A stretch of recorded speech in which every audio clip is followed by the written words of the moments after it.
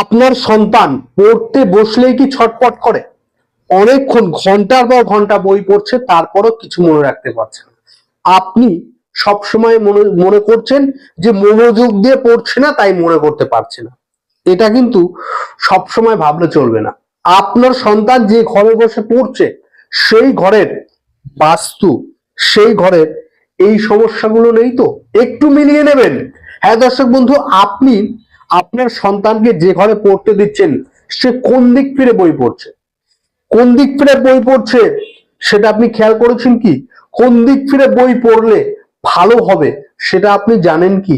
জানতে গেলে ভিডিওটি প্রথম থেকে শেষ অবধি না টেনে দেখতে হবে। হ্যাঁ দর্শক বন্ধু, দেখবেন আপনি আপনার সন্তানকে, আপনি কিংবা আপনার সন্তান যে পড়াশুনো করছে মনে রাখতে পারছে না, তাদের কথা বলবো। তারা বিশেষ ক্ষেত্রে আপনি যখন আপনার সন্তান কিংবা আপনি কেউ পড়তে বসছেন, তখন সব সময় আপনার মুখটা, ফেসটা থাকবে পূর্ব দিকে। হ্যাঁ দর্শক বন্ধু, আপনি পূর্ব দিকে যখন পড়ছেন না, পূর্ব দিক ফিরে যখন পড়ছেন, যে কোনো কিছু সহজে আপনার মুখস্থ হয়ে যাবে। এবার পূর্ব দিকে যদি না হয়, তাহলে আপনি উত্তর দিকে ফিরে বই পড়তে পারেন কিংবা আপনার সন্তানকে পড়াতে পারেন। উত্তর দিক ফিরে যেসব ব্যক্তিরা বই পড়বে, তারা দেখবেন সহজে সবকিছু, একদম সবকিছু মনে রাখতে পারবে খুব সহজ করে। তারা বই পড়লে সেটা মাথার মধ্যে সেট হয়ে যাবে। সে যখন পরীক্ষা দিতে যাবে, তখন সেটা তারা সহজেই তাদের মুখে চলে আসবে।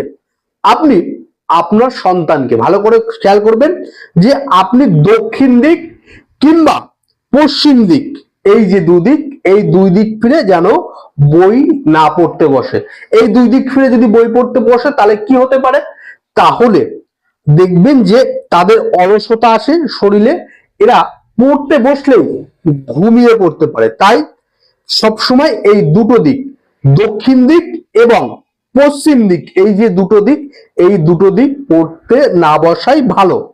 আপনার সন্তান যে টেবিলটায় পড়তে বসছে, সেই টেবিলটা একদম দেয়ালের সঙ্গে ঠেকিয়ে রাখবেন না। দেয়ালের থেকে কয়েক ইঞ্চি একটু সরিয়ে ফাঁকা করে রাখুন। দেখবেন আপনার সন্তান যেখানে বসে পড়াশোনা করছে, সেই পড়াশোনার টেবিল ঠিক উপরে, মাথার উপরে কোনো ভীম, কোনো ঘরের কোনো বিম কিংবা কোনো কোনো ভারী তাক এগুলো না থাকে। একদম দেখবেন এই উপরে তার যেখানে পড়তে বসে, তার উপরের জায়গাটা সব সময় ফাঁকা রাখার চেষ্টা করবেন।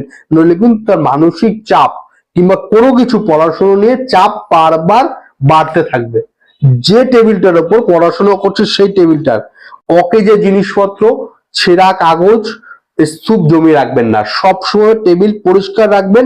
দেখবেন আপনার সন্তান পড়াশোনায় মন বাড়বে এবং পড়াশোনা ভালোভাবে করতে পারবে। হ্যাঁ দর্শক বন্ধু, আপনার পড়ার টেবিল সবসময় পরিষ্কার থাকে তো?